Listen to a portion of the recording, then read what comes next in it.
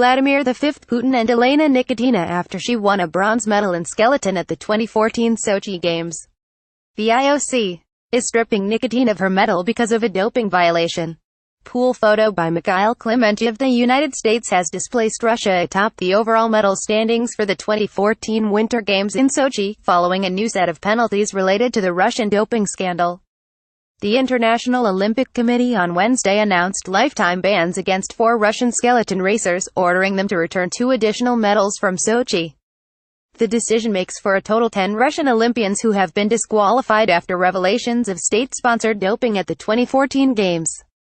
Russia dominated the standings at Sochi, where investigators last year said an elaborate cheating operation involving the Federal Security Service had allowed the nation's athletes to use prohibited substances throughout competition and go undetected. At those games, Russia won 33 medals, 13 of them gold. The International Olympic Committee has stripped 6 medals from cross-country skiers and skeleton racers, leaving Russia with 27. The United States won 28 medals at the Sochi Games. Russia is now tied for the most gold medals with Norway, formerly the second-place finisher.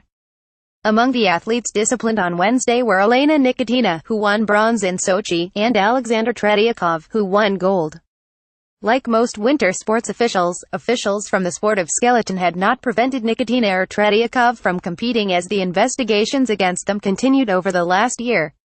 4 days before her penalty was announced, Nikitina won a World Cup skeleton race in Park City, Utah, a key competition ahead of the 2018 Winter Olympics in Pyeongchang, from which she is now barred. Nikitina's Olympic medal is due to go to Katie Ulander of the United States, a 3-time Olympian who finished 4th in Sochi and wondered since last May if she was due a bronze. Tretiakov's sanction elevates Martins Decors of Latvia to gold and Matthew Antoine, an American, to silver. Tomas Decors of Latvia moves up to bronze. Some sports officials have requested there be a medal reallocation ceremony for athletes like Ulander and Decors at the 2018 Games in February. Investigations are continuing into at least 17 other Russian Olympians who competed in Sochi and have been implicated in the doping program. All inquiries are not expected to conclude by the time of the Winter Games. Some of the sanctioned Russian athletes have appealed the disciplinary decisions to the Global Sports Arbitration Court.